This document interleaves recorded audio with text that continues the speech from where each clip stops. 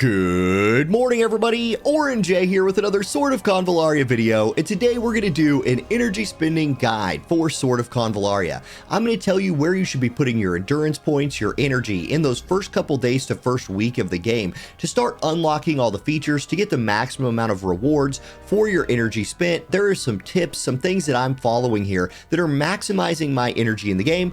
I'm going to share those with you. Okay, so let's jump in the game. The first thing I want to point out is the most obvious one. You've probably heard this echoed in like anybody's energy guide that you've seen. It's the most obvious thing.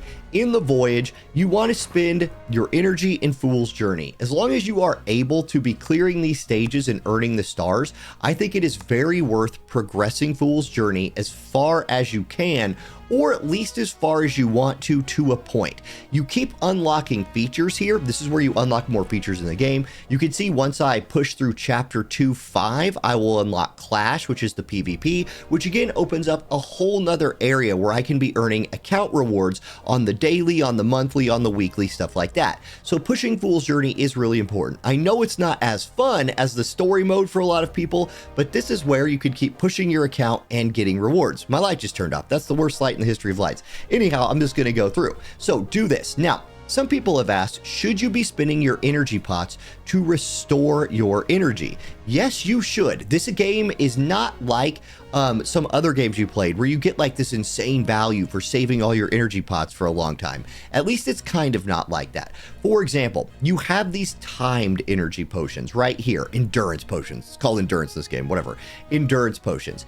These expire in 10 days. So you want to use these. If you run out of energy and you still want to play more today, never let these things expire. Just keep throwing them at your account to keep gaining more energy, and even use these if you want to. Now, some people are going to choose to hold these for a long time. That will slow down their progress a little bit, and in most games, that's a good like long-term investment. The difference between this games and a lot of other games is the like massive amount of game modes and things that are hidden behind like Fool's Journey 2-4, Fool's Journey 2-whatever, Clear Chapter 3. Like, you have to keep pushing for a while in this game to unlock all the features. And in the early game, I do think it's worth using these to keep that progress going, to keep your enjoyment of the game up. The other part of this is the Hope Luxite. Now you can see right here, it would cost me 120 gems to get 120 more energy. That's crazy. That would be my second refresh of the day. The first one you do every day is 60.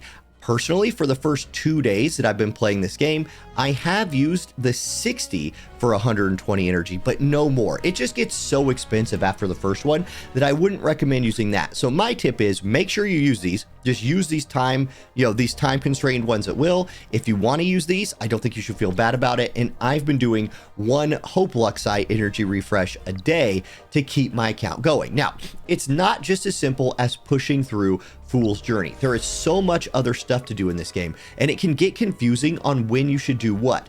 However, we are offered a guide, and that guide is the Voyage Memento. It is not very well presented, I don't think. I think they could do a better job telling you that like, hey, just do this stuff always, all the time. So let me just walk you through it. You get insane rewards from Voyage Memento. Like completing the first phase gets you a 10 pull and everything else on this list. Like, it is really, really good. So just go do all of this. Another tip for these is, well, the way I do it anyway, is I start at the bottom. So I scroll all the way down to the purples, and the purples are going to have you clear certain farming stages up to a certain point.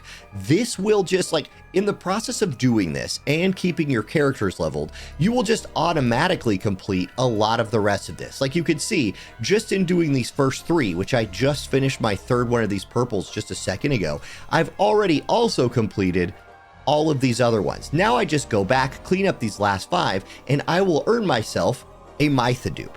That's insane. And then after that, my next one earns me a legendary weapon for her, and I will just focus on getting these done. About everything in here costs either energy or resources that you have to farm with your energy. But if you just do what these purple things say, you will end up with almost all the resources you need and having spent enough energy to obtain, consume 400 endurance. you'll do that no problem, and then you get some energy pots, which is kind of nice.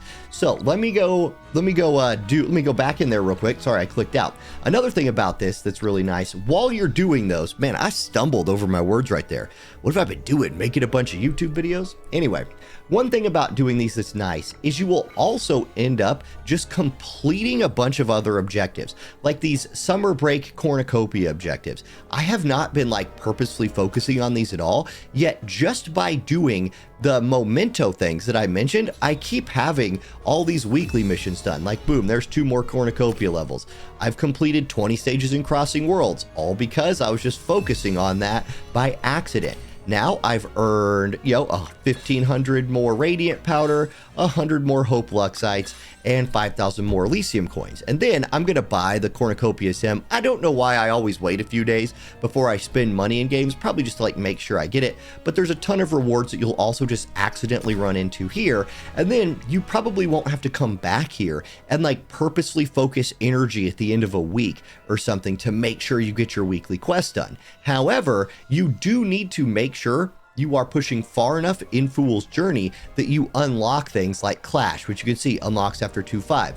Weaponry Trial unlocks after 2.17. So there's a couple good ways of measuring like how far you need to be pushing in Fool's Journey to make sure you are getting all your rewards done. Speaking of rewards, I already showed you that Mytha dupe. Memory Retrieval unlocks at 117? I had it written down. 117 unlocks Memory Retrieval. This is one of the best things in the game. So you can only do it once a day. I unlocked it today. I did stage 1. This drops shards, characters' memories. I call them shards. I'm going to do this next one right here. Boom.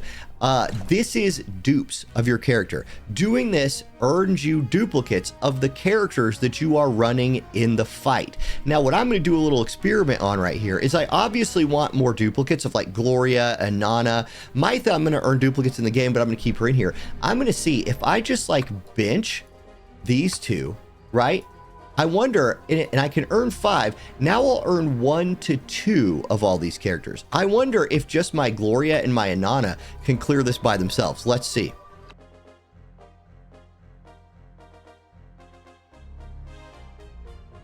Okay, there we go. I was able to clear it with just these 2 units. So the 5 shards that dropped were just split among those 2. I got 2 Gloria shards and 3 Inanna shards, plus the Hope Luxite for my first clear. Those are duplicates. Like, you are literally earning duplicates through the game by playing this. Now, I have to get to account level 30 before I can do another one. And I said you could only do this once a day. Your first clears, I believe, do not consume that one time a day. So I could do this one again, and I will go ahead and do that again here in a minute. But you want to get this unlocked ASAP because a duplicate, I believe, is 20 shards. And so just by doing those couple runs, I've only ever pulled Gloria once, but I am at 3 out of 20 of getting her to her next star level, and getting stat increased and these buffs over here on her passive. So you want to make sure to get as many of the game modes unlocked as fast as you can. Then just follow the voyage memento for what you should be doing with your energy. This will keep progressing your account. You'll just keep getting powerful almost on accident just by doing this stuff and earn a bunch of really good rewards. Okay, that's it for this video, guys. Thank you for watching. If you have any other questions, please drop those in the comment section. Getting lots of comments, lots of stuff going on in my Discord. Check that out if you want to just ask a bunch of like general questions.